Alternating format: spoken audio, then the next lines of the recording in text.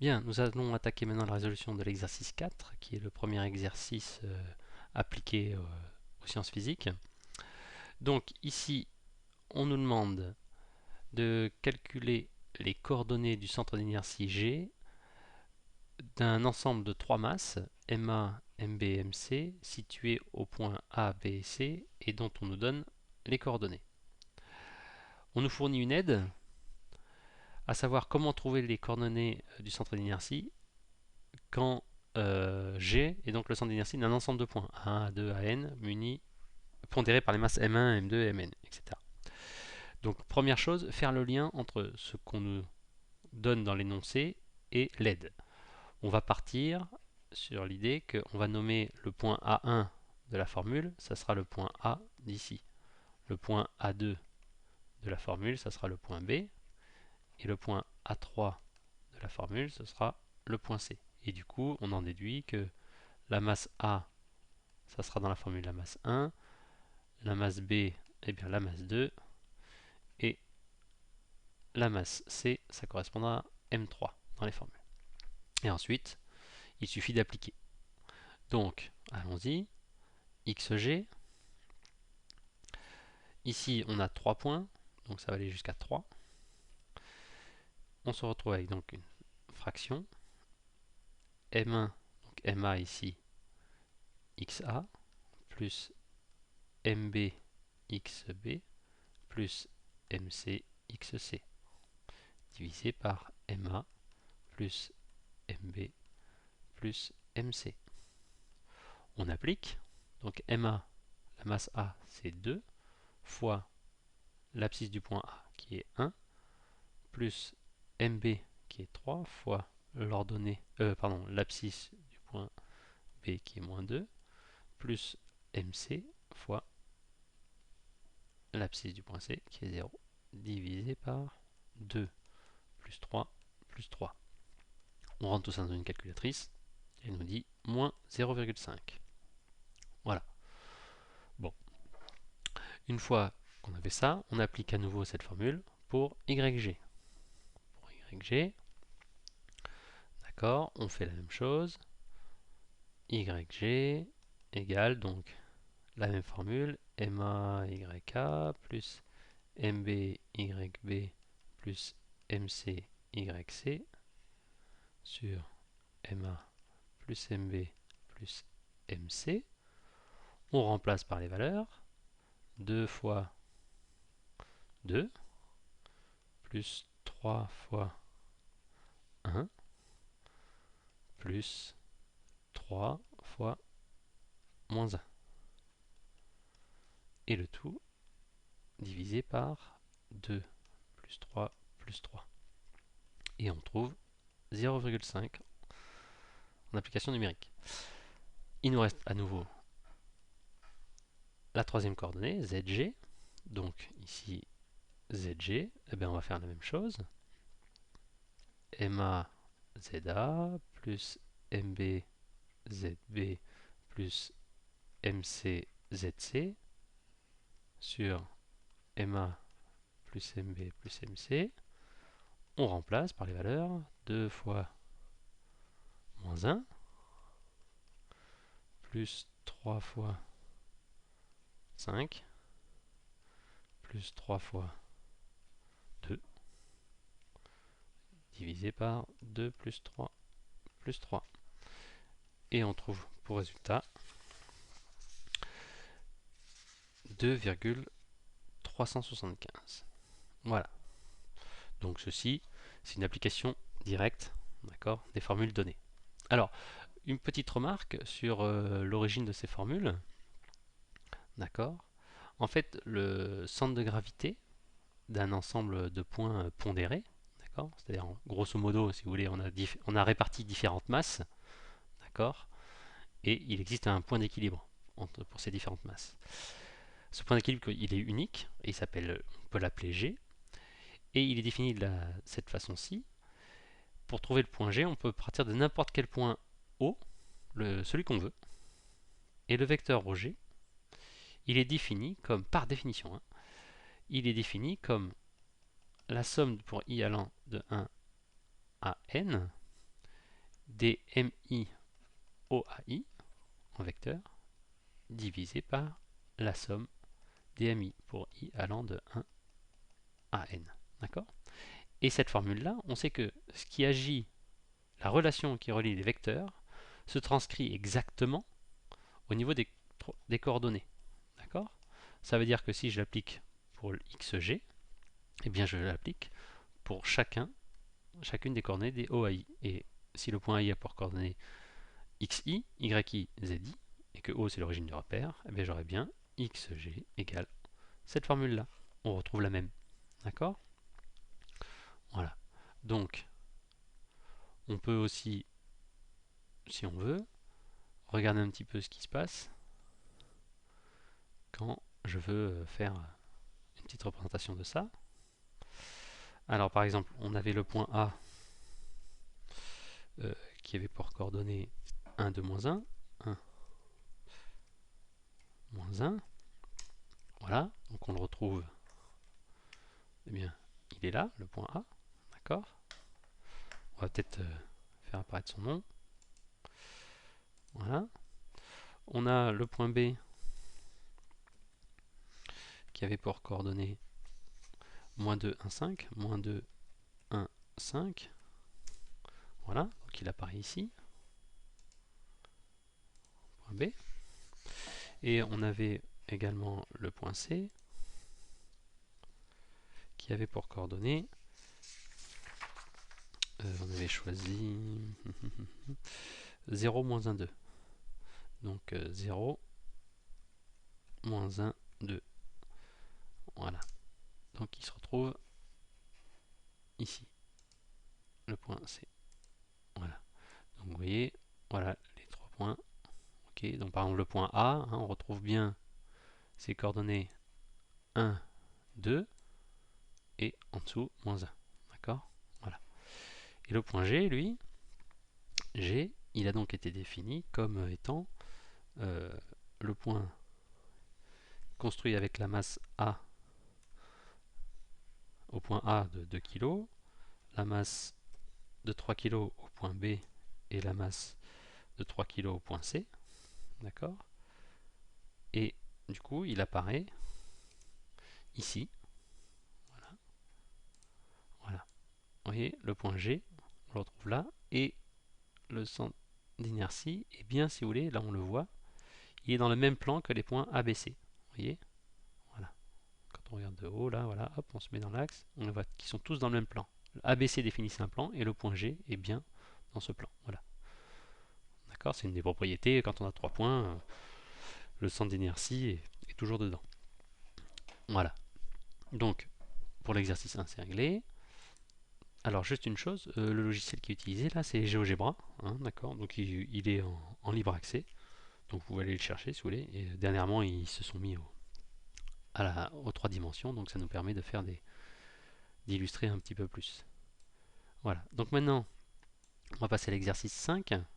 D'accord? Donc, ici, on va simplement utiliser là, ici c'est juste ici, c'était un θ. Donc on nous demande d'écrire la somme du développement unité de sinus θ jusqu'au terme en θ puissance 11. Donc θ puissance 11, on voit bien ici que si je me mets un 2 fois 5 plus 1, ça fait bien 11. Ça veut dire que je vais pousser le i, enfin, jusqu'à la valeur de 5. D'accord?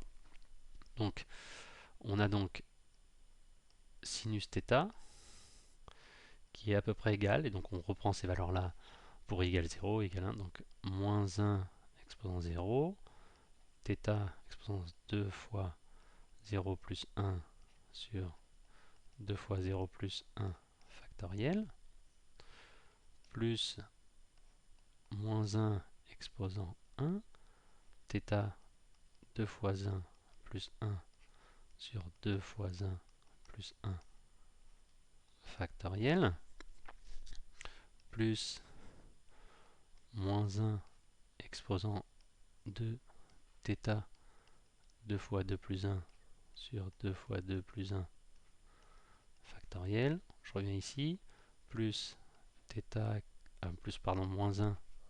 Attendez, je reviens.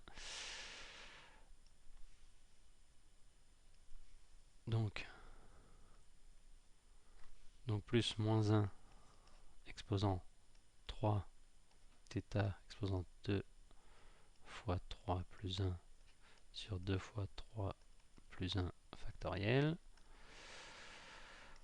moins 1 exposant 4, θ 2 fois 4 plus 1 sur 2 fois 4 plus 1 factoriel, et enfin plus moins 1 puissance 5, θ 2 fois 5 plus 1 sur 2 fois 5 plus 1 factoriel.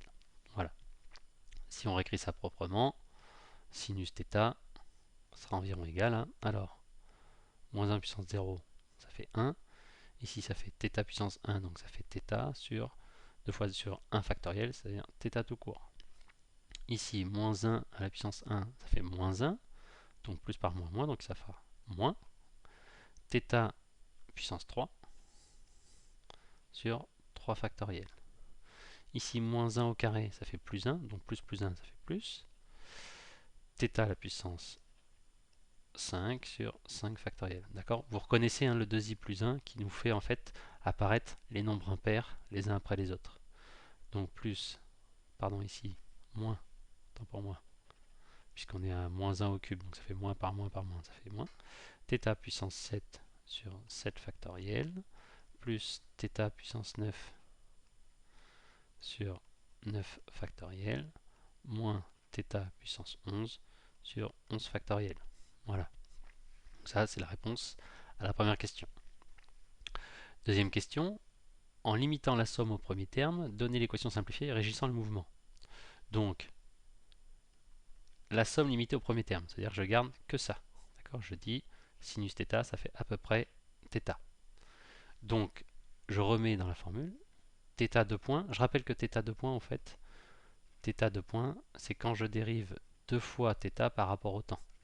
D'accord? Je dérive une fois et encore 2 fois. C'est pour ça on a plutôt simplifié par les 2 points parce que les dérivées par rapport au temps sont assez fréquentes. Donc, plus g sur L, et sinus θ, donc on dit c'est à peu près égal à θ. Donc θ égale 0. Donc, là, le gros intérêt, si vous voulez, de remplacer entre guillemets sinus θ par θ, c'est que ceci est très facilement résolvable. Dans les équations différentielles, ça fait parmi des grands classiques que vous verrez dans les chapitres qui suivront. Voilà, alors que celle-ci est un peu plus compliquée à résoudre. Mais ça veut dire quoi? Ça veut dire que là, ici, autant on trouve, avec cette formule-là, on trouve des périodes absolument rigoureuses, d'accord? C'est-à-dire, on va dire, toutes les 2 secondes, le mobile revient exactement au même endroit. Ici, on est en train de dire que ça ne sera pas tout à fait ça, parce que comme ce n'est pas tout à fait les mêmes équations, c'est qu'ici, il y a un petit dérèglement. Et ça semble assez logique au bout d'un moment, de toute façon. Hein. Enfin, les périodes vont être un petit peu différentes. Voilà, ce ne sera pas exactement celle donnée par celle-ci. Bien, on peut aussi se poser la question sur la façon dont on a trouvé ça, hein, cette formule. Alors, ouais, faisons-le. Quand j'ai mon pendule qui se promène, d'accord, donc on va faire une petite démonstration. Voilà. Ok, je me fais une petite animation. Hop, voilà, mon pendule se promène. Voilà, et à un moment, donc, on se retrouve dans cette position-là. Donc, on est parti sur, par exemple, là, on a dit que c'était l'angle θ, d'accord, qui était défini comme ceci. Sur ce mobile, qu'est-ce qu'il subit? Attends pour moi. Il subit quoi? Eh bien, il subit son poids, d'accord? Donc son poids, voilà, qui est orienté vers le bas, voilà, P. Il subit aussi la force de traction du fil, voilà, force de traction du fil, d'accord, comme ceci, voilà. Et donc ici on a la longueur L du fil et on est dans un champ de pesanteur d'intensité G. Donc comme dans tous les mouvements, on va dire circulaires, on va utiliser un repère adapté, par exemple celui-là, d'accord, le repère de Freinet, voilà, et celui-ci, ok, il faut qu'il soit direct, voilà, donc comme ceci et comme ceci, Voilà. Donc là, on va l'appeler par exemple ER et Eθ. Voilà. Et on va projeter donc la somme des forces est égale à la masse fois l'accélération. Voilà. Cette formule-là que vous connaissez bien, hein, d'accord. Donc ici, on avait l'attraction T, pardon.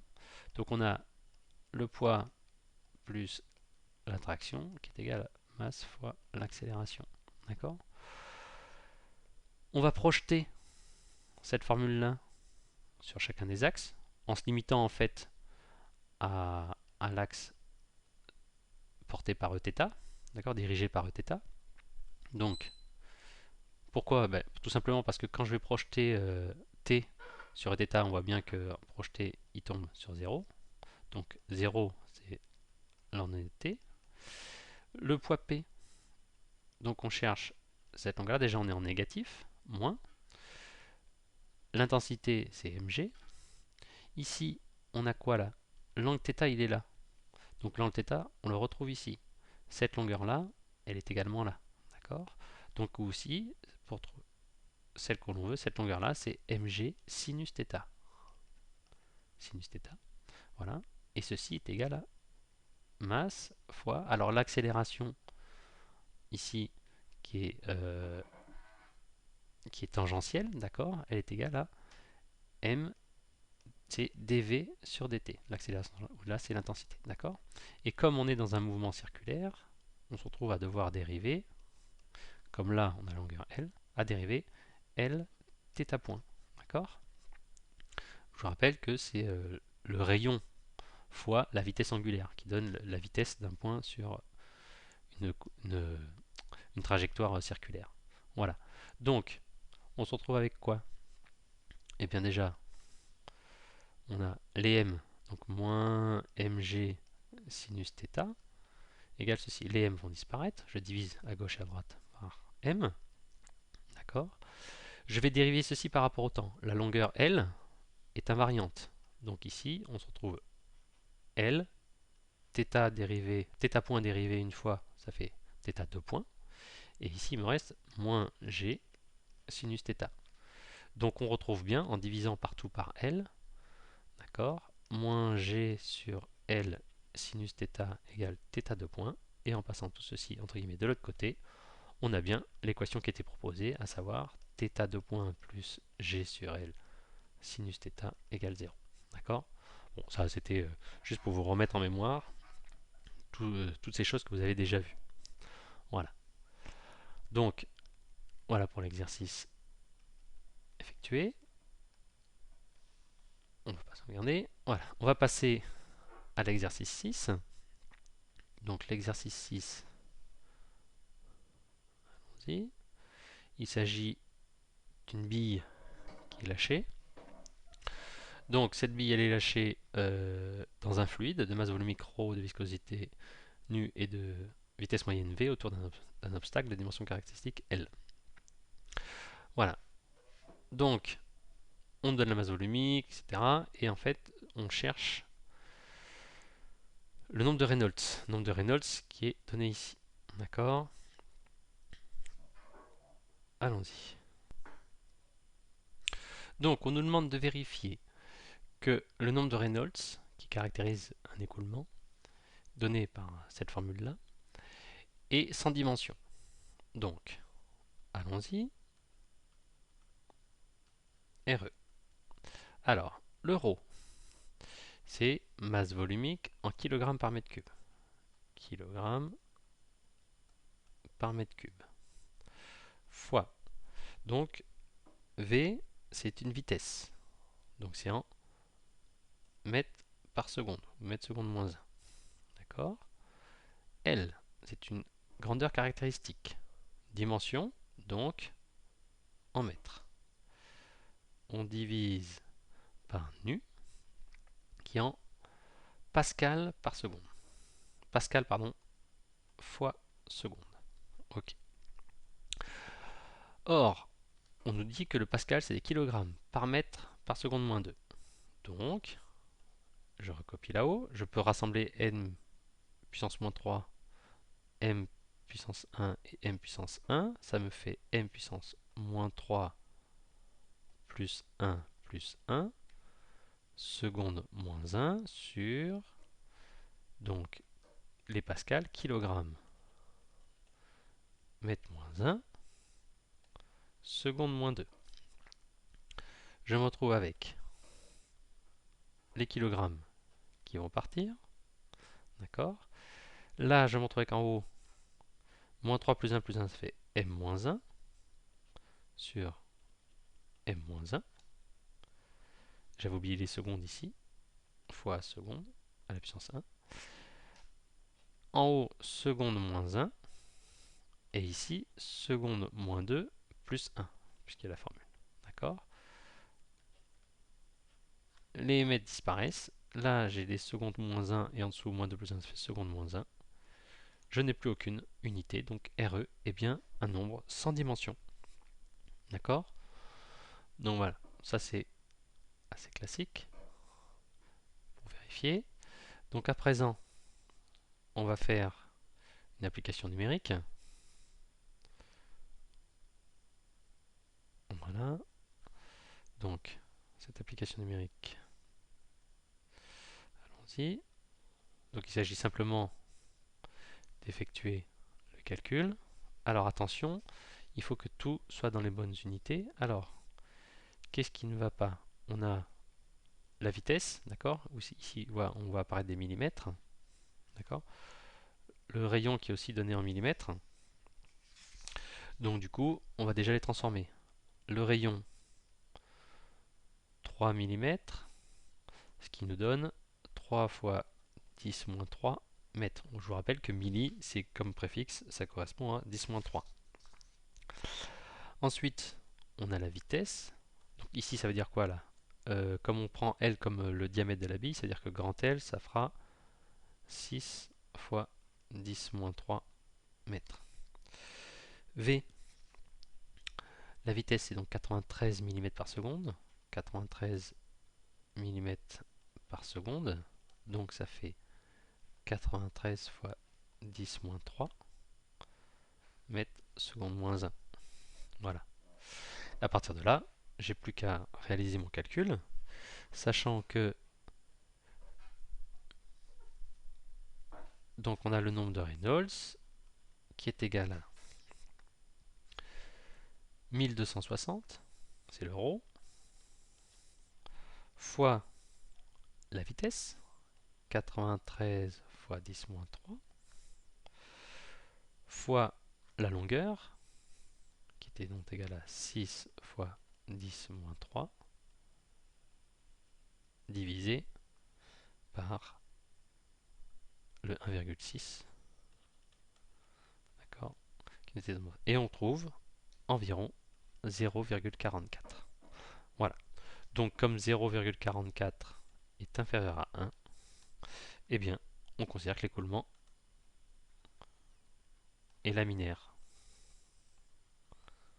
Voilà. Ok. Donc maintenant, on va passer à l'exercice 7. Donc l'exercice 7, il s'agit en fait du spectre d'émission de l'atome d'hydrogène. D'accord. Donc, pour essayer de fixer un petit peu les idées, pour expliquer, d'accord. En fait, quand on a un atome d'hydrogène qui est excité et qui se désexcite, il y a une émission de photons, de la lumière, d'accord. Donc, ça se fait pas au hasard. En fait, on a le noyau et on a cherché à schématiser un petit peu en disant que les électrons s'étaient situés sur des couches. D'accord. Si vous voulez, un électron ne peut pas être à n'importe quelle distance du noyau. Il est par couche. Ça, c'est la mécanique quantique qui dit c'est pas n'importe quelle distance, c'est par étage, entre guillemets, puisque c'est quantifié. Donc voilà, ça ne peut pas prendre n'importe quelle valeur. Donc on se situe à un endroit ou à un autre, mais jamais n'importe où, que sur des couches. Voilà. Donc, si par exemple, j'ai un électron qui est sur la troisième couche, d'accord, en se désexcitant, il peut descendre d'un étage. D'accord? S'il se désexcite directement, il peut même descendre 2 étages. Ok? Et quand il se désexcite, eh bien, il y a un petit photon qui s'en va. D'accord? Et un photon, en fait, c'est quoi? C'est la lumière. Ça entend un grain de lumière, on va dire. Et donc, c'est une onde électromagnétique. Une onde est caractérisée par sa longueur d'onde, lambda. D'accord? Et lambda, en fait, c'est 1 sur le nombre d'ondes. D'accord? Donc ici, quand on prend P et N, ça correspond à la couche, d'accord, sur laquelle il va rentrer. D'accord? Si N égale 1, par exemple, là c'est le N égale 1, N égale 2, N égale 3. D'accord? Donc, lorsque l'électron est sur la couche P et qui rentre en se désexcitant sur la couche N, eh bien, l'inverse de la longueur d'onde est donné par cette formule-là. D'accord? Et donc, c'est ce qu'on nous demande de calculer. Donc, allons-y, calculons. Il y a guère de difficulté. Hein. Donc, on a la série de Lyman. Lyman, en fait, l'électron est sur la couche 2 et il rentre sur la couche 1. D'accord? Donc, sigma de 2 vers 1, c'est RH 1 sur 1 au carré, moins 1 sur 2 au carré. Comme on a pris RH qui environ est égal à 10 moins 7, pardon, 10 puissance 7, on se retrouve à faire 1 moins 1 quart, et donc ça nous fait à peu près 7,5 fois 10,6 mètre moins 1. Mètre moins 1, puisqu'on sait que lambda, c'est une longueur, donc c'est un mètre, d'accord? Donc 1 sur lambda, qui est égal au nombre d'ondes, c'est bien en 1 sur m, au inverse de mètre, donc c'est des mètres moins 1, d'accord? Ensuite, la série de Balmer. Balmer, c'est quand l'électron, il est sur la troisième couche, et qui descend d'un cran, d'accord? Voilà, il est sur la troisième, il descend ici. Donc c'est Balmer qui fait ça. D'accord? Vous avez bien compris qu'en fait, on peut très bien aussi aller de la 3 à directement la première. Ok? Ça, c'est ce qu'on appellerait la deuxième raie de Lyman. D'accord? C'est la première, tac, mais la deuxième, c'est quand elle a sauté un cap. La troisième raie, tac. À chaque fois, en fait, si vous voulez, vous avez des fréquences différentes et des longueurs d'onde différentes. Donc voilà. Alors, Balmer, ça correspond donc à sigma de 3 vers 2, ce qui est environ égal à 10 puissance 7 fois 1 sur 2 au carré moins 1 sur 3 au carré. Voilà, donc ça fait 10 puissance 7, 1 quart moins 1 neuvième, et qui fait à peu près 1,39 fois 10 puissance 6 mètre moins 1. La dernière, série de Paschen. Donc c'est sigma, je suis sur la quatrième couche et je vais sur la troisième. D'accord? Ça fait 10 puissance 7, 1 sur 3 au carré moins 1 sur 4 au carré. Voilà. Ce qui fait, pardon, à peu près 10 puissance 7, 1 neuvième moins 1 seizième. Et on trouve, en appliquant une notation numérique, 0,49 fois 10 puissance 5 mètre moins 1. Si je veux le mettre en notation scientifique, 4,9 fois 10 puissance 4 mètre moins 1. D'accord? Et voilà. Donc on en a fini à présent avec tous les exercices du premier chapitre.